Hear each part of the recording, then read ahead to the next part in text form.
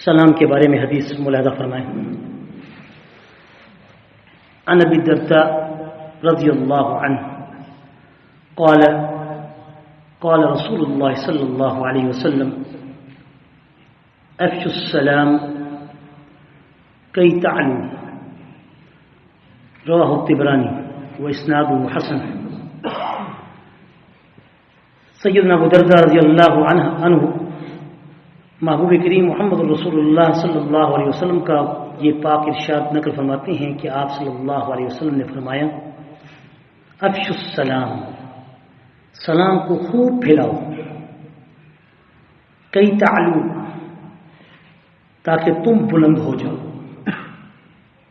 سلام کو خوب پھیلاؤ، اس میں ہمارا فائدہ ہے، سلام کرنے والے کا فائدہ، جس کو سلام کیا جا رہا ہے اس کا فائدہ ہے، دعا ہے، لیکن اللہ کے پاک پیغمبر سلام دینے والے کو فائدے کی گارنٹی نہیں دے رہے۔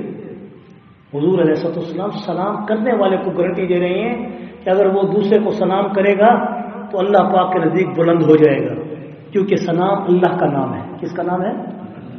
سلام قولا من رب الرحیم۔ جنت کے اندر جو کلمہ چلے گا وہ سلام کا کلمہ چلے گا۔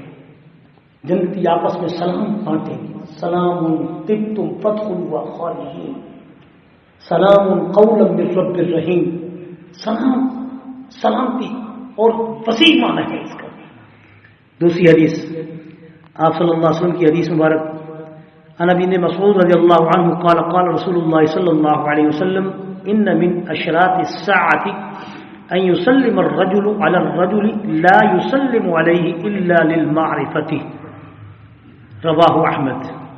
حضرت ابن مسعود رضی اللہ عنہ روایت کرتے ہیں، فرماتے ہیں کہ محبوب کریم محمد الرسول اللہ صلی اللہ علیہ وسلم کا پاک اور پیارا ارشاد ہے کہ ان من اشراط الساعة، کہ قیامت کی علامتوں میں سے ایک علامت یہ بھی ہوگی کہ ان یسلم الرجل علی الرجل، کہ ایک شخص دوسرے شخص کو صرف سلام اس لیے کیا جائے گا لا یسلم علیہ الا للمعرفۃ، مگر کہ وہ سلام صرف اپنی پہچان کی بنیاد پر کرے گا، نہ کہ مسلمان کو مسلمان انجانتے ہوئے مسلمان پر سلام کرے گا۔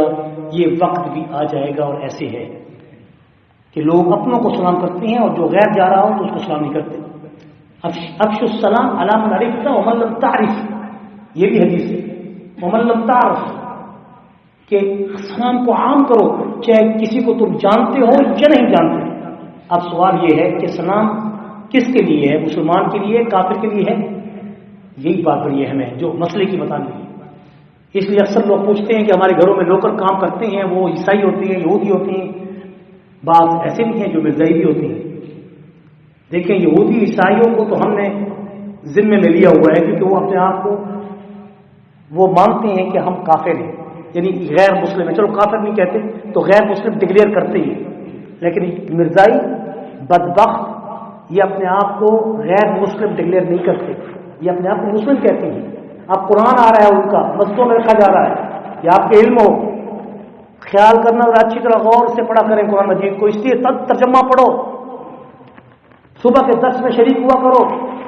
ہاتھ جوڑ کے کہتا ہوں کہیں ایسا نہ ہو کوئی اور ترجمے پہ لگ جاؤ۔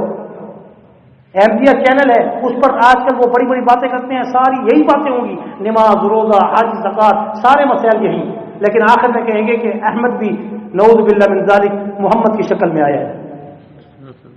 پھر کیا کرو گے؟ روزے قیامت ان کے ساتھ کھڑو گے؟ سوچو سوچو ان باتوں میں۔ اس لیے مرزائیوں کو تو پہلے اپنے کام پہ لگاؤ نہیں، کیونکہ ان سے تو ہے ہمارا پیکار، جب تک وہ مانیں گے نہیں اس وقت تک ہم ان کو اپنے ذمے نہیں لے سکتے، ان کو ہم اپنی امان نہیں دے سکتے۔ یہ تو منافق ہیں، اور منافق کی سزا کیا ہے؟ رسول اللہ صلی اللہ علیہ وسلم نے مرتد اور منافق کی سزا کیا رکھی تھی کہ اگر وہ مخالفت کرے اور اسلام اور دین کے خلاف سازش کرے، مسلمان کو برگشتہ کرے تو اس کی سزا قتل ہے۔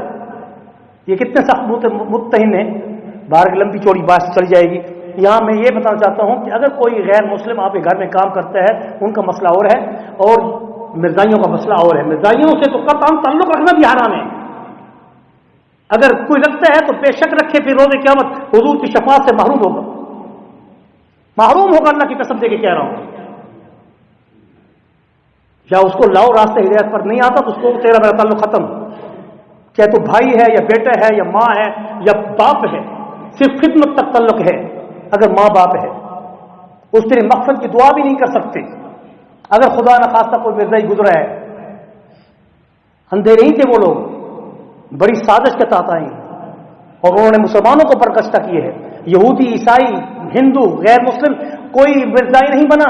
ان کی اس وقت جو 35 لاکھ تعداد ہو چکی ہے مسلمانوں کے اندر سے ہوئی ہے. مسلمانوں کو بچوں کو لالچ دے کر انہوں نے غیر ملک میں ان کو ویزے دے کر، ان کو بیٹیاں لڑکیاں دے کر ان کو اسلام سے برگشتہ کر دیے. بہرحال مختصر یہ کہ یہودی، عیسائی، غیر مسلم ان کے علاوہ جو ہوں ان کو یہ سلام کا جواب وعلیکم تک ہے. اور اگر کسی جگہ پر سلام کا جواب دینے میں یہ خطرہ ہو کہ یہ کہے گا مجھے صرف وعلیکم کہہ رہا ہے، پورا سلام کا جواب کیوں نہیں دیا، تو اس کے بعد یوں کہہ دیا کرو وعلیکم السلام اگر اللہ تجھے ہدایت دے، تاکہ وہ بھی ناراض نہ ہو، اس کا دل بھی نہ دکھے کہ مجھے سلام کا جواب نہیں دے رہا. لیکن اس کو یہ کہیں کہ یہ سلام جو ہے یہ صرف دنیا کی سلامتی نہیں ہے، اس سلام سے مراد دراصل جنت کا خروج ہے، اور جنت کا خروج کافر پر منع ہے، وہ ہمیشہ کا جہنمی ہے. پھر کیسے آپ کو کہہ سکتا ہوں کہ تو جنت میں داخل ہو جا؟ اس لیے منع کیا گیا وعلیکم السلام کہنے سے. ایک عورت آئی، اس نے سلام کیا آپ صلی اللہ علیہ وسلم کو السلام علیکم کہ تباہ ہو جاؤ، برباد ہو جاؤ. یہ ایسے کرتے تھے وہ سلام، ان کی نیتوں میں اور تھا. حضرت عائشہ صدیقہ رضی اللہ تعالیٰ عنہ نے کہا وعلیکم السلام تو بھی برباد. اس لیے السلام، سلام کے لفظ کو پورا لام کے ساتھ ادا کرو. السلام، السلام، السلام علیکم، السلام علیکم یہ معنی غلط ہے. السلام علیکم. اور حضور کا ارشاد ہے جو گھر میں جا کر سلام کرتا ہے اس کے گھر میں رزق کی کبھی تنگی نہیں ہوتی، اور جو گھر میں داخل ہوتے ہوئے چاہے کوئی ہے یا نہیں السلام علیکم زور سے کہتا ہے، اللہ تبارک و تعالیٰ اس کے گھر سے لڑائیاں جھگڑے ختم کر دیتا ہے. یہ حدیث کے الفاظ ہیں، بہت ساری حدیثیں جو میرے ذہن میں ہیں، وقت نہیں کہ آپ کو پوری بتاؤں، بس مختصر یہ کہ کسی یہودی عیسائی کو جواب دینا ہو یا اس کو سلام کرنا بھی پڑ جائے تو اس کی ناراضگی سے بچنے کی خاطر، اس کے دل کو دکھانے سے بچنے کی خاطر آپ یوں کہہ دیں کہ السلام علیکم اگر تو ہدایت پر ہے. اگر تو ہدایت کو قبول کر لے تو سلامتی ہے، اگر تو ہدایت کو قبول نہ کر تو میں اس چیز کا ذمہ دار نہیں، اللہ جانے تو جانے. اسی پر اتفاق کرتے ہیں. اللہ تعالیٰ ہم سب کو صحیح معنی میں سلام کو عام کرنے کی توفیق نصیب فرمائے اور صحیح راستے پہ چلنے کی توفیق نصیب فرمائے. ربنا آتنا فی الدنیا حسنہ وفی الآخرۃ حسنۃ وقنا عذاب النار وادخلنا الجنۃ مع الابرار یا عزیز یا غفار یا رب العالمین. وصلی اللہ تعالی علی خیر خلقہ محمد وآلہ واصحابہ اجمعین برحمتک یا ارحم الراحمین.